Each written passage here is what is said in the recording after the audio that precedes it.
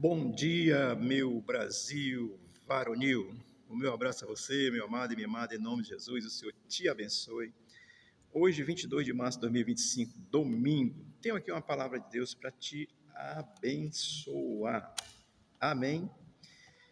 1 Tessalonicenses, capítulo 5, versículo é o 19. O livro de Tessalonicenses, no capítulo 5, o apóstolo Paulo, do versículo 1 ao 3, ele vai falar de que a vinda de Jesus é certa e repentina. Do 4 ao 11, a necessidade de sermos vigilantes, ou seja, estamos crendo e continuar crendo, tá certo?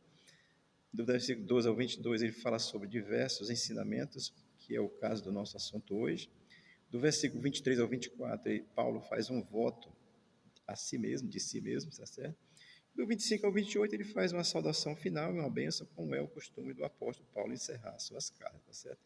Vamos aqui aprender com 1 Tessalonicenses, capítulo 5, versículo 19, sobre conceitos práticos para a nossa vida. E o versículo 19 diz exatamente assim: não apagueis o Espírito Santo. Amém? Só isso mesmo. Não apagueis o Espírito Santo. Quando nós confessamos a Cristo e nascemos pela fé, a Bíblia ensina que o Espírito de Deus habita em nós. E Paulo está dizendo, não apagueis o Espírito Santo. Eu quero trazer aqui algumas orientações, pensar junto com você que é crente e você que quer ser crente, para quando você for, saiba que você pode apagar o Espírito Santo dentro de você, tá certo? Não apagueis o Espírito Santo, essa linguagem ela é metafórica, ela é uma linguagem comparativa. E eu entendo que Paulo, porque isso é comum, Jesus sempre fez assim, comparou as coisas para poder expressar uma verdade do seu reino, daquilo que Deus está falando. Paulo está aqui fazendo uma comparação com o fogo. A gente apaga o fogo abafando ele, né? Não dando assim o sentido de extinguir, ou seja, você joga água e você apaga o fogo, joga terra em cima, apaga o fogo, então você abafa, tira o elemento que queima ali e tal. Então, essa linguagem metafórica, ela vai estar exatamente tirando essa forma, trazendo essa forma de que a gente pode apagar, nos orientando de que nós podemos apagar ou extinguir o Espírito Santo dentro da nossa alma, dentro do nosso espírito, dentro da nossa mente. Amém? Assim, no contexto do Velho Testamento, no templo lá em Jerusalém, ou quando era a tenda mesmo ainda no deserto, havia uma lâmpada acesa o tempo todo dentro da tenda, lá no contexto do Velho Testamento, tá certo? Era contínuo, portanto, isso é uma previsão dessa presença de Deus, tinha o fogo, um simbolismo ali, tá certo? No Novo Testamento, amado, esta alusão ao Espírito Santo contínuo no crente, isso é o fogo de Deus no crente. E vamos pegar o exemplo da lâmpada, você chega lá, você apaga a lâmpada, aqui hoje com energia, você aperta o interruptor, você apaga. Naquele tempo abafava lá com o negócio, apagava.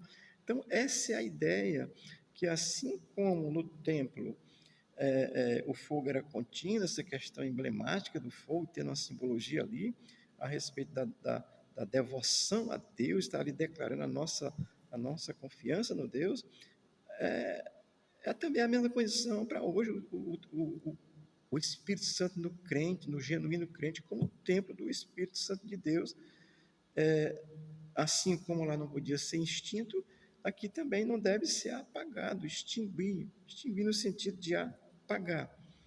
Quero que você entenda uma coisa: o verdadeiro crente que é nascido de novo pela fé em Cristo, ele tem o Espírito de Deus em si. Apagá-lo é abafá-lo, não deixar que o Espírito, mas o Espírito é soberano, mas nós temos uma natureza e temos as nossas vontades e temos a nossa condição de decidir. Isso vem lá do princípio. Deus disse, não coma da árvore. Aí eles comeram. Isso é capacidade de decisão. Então você pode decidir por apagar o Espírito Santo dentro de você. Amém? Porque o Espírito Santo, ele faz com que eu e você exerçamos os dons que Deus dá àqueles que creem nele, que recebem o Espírito Santo. Todo crente tem dom, viu? Agora, deixa eu dizer aqui algumas coisas. Como é que nós podemos apagar, no sentido de abafar, de extinguir, nesse sentido de abafar o Espírito Santo em nós? Eu vou dizer algumas coisas, eu vou dar um texto bíblico, você lê depois, tá certo? Deixando de buscar a Deus e o seu reino em primeiro lugar, Mateus 6,33. Não lendo as Escrituras e nem meditando nela todos os dias, Atos 17:11. Não orando diariamente, ou seja, conversar com Deus em oração, Lucas 2:36, 37. Não amando a Deus exclusivamente sobre todas as coisas, Mateus 22:37. Não amando a si mesmo, Mateus 22:39. Não amando ao próximo, Mateus 22:30. Viver na prática do pecado, 1 João 3:9. Desejar mal a alguém, quem quer que seja, seja seu irmão em Cristo ou não, seja uma pessoa que você tem contato ou não, desejar o mal, aí você vai apagar o Espírito Santo em você, Romanos 12:17. Não respeitar pai e mãe, Efésios 6, de 1 a 3. Não respeitar ao líder espiritual, Hebreus 13:17, ao menos que esse líder esteja errado. Isso aí não merece respeito não, porque está errado, distorcendo a palavra, mentindo, querendo vender Jesus, ganhar dinheiro com Jesus. Esse que está mentindo, você não precisa respeitar não.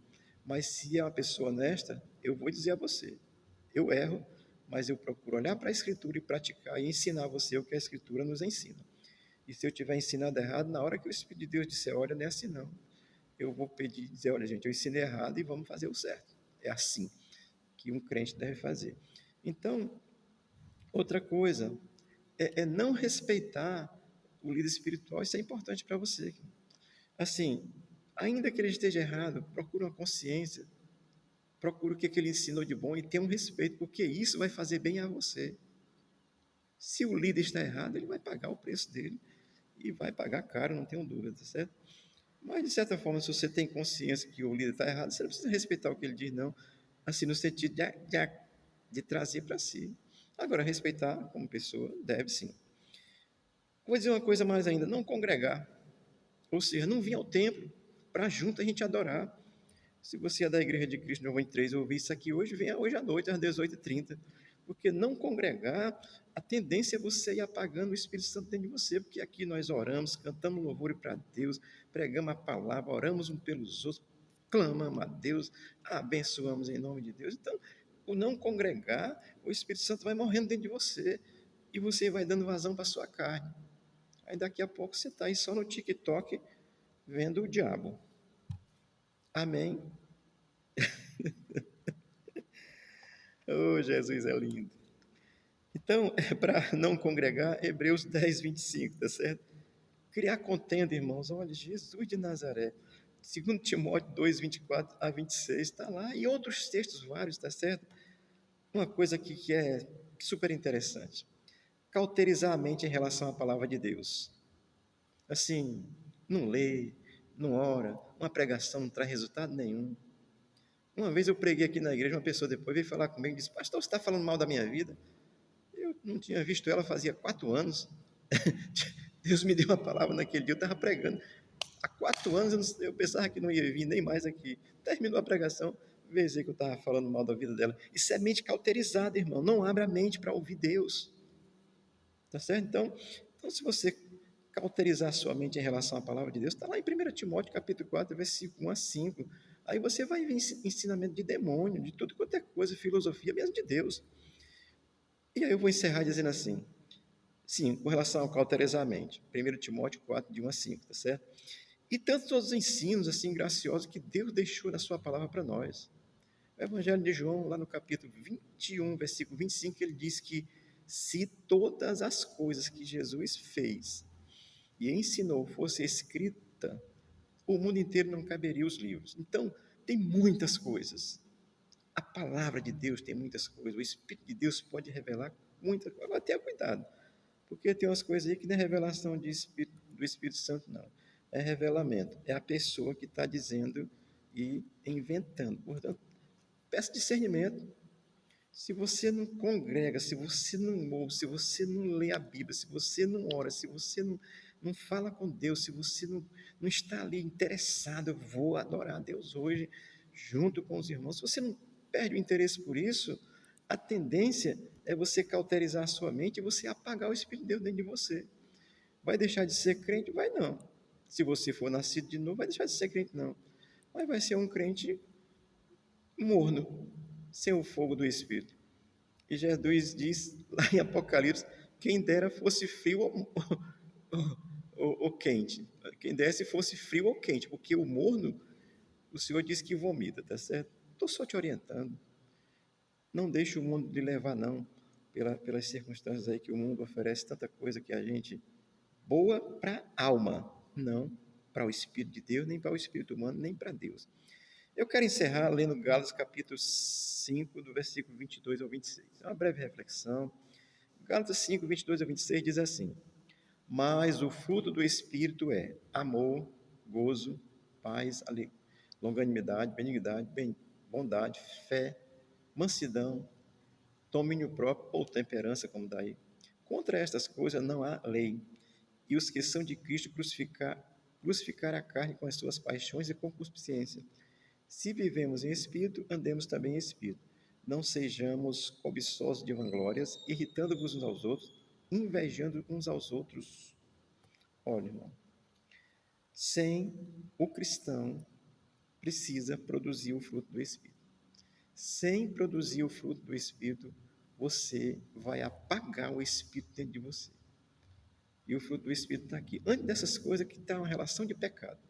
No versículo 18, 19 e 20 desse mesmo Gálatas 5, 22, aí está lá. Tudo que você vai ter acesso quando você apaga o Espírito de Deus. Porque a sua mente, a minha natureza carnal, ela é tendenciosa ao mal, ela tem que ser subjugada pelo Espírito.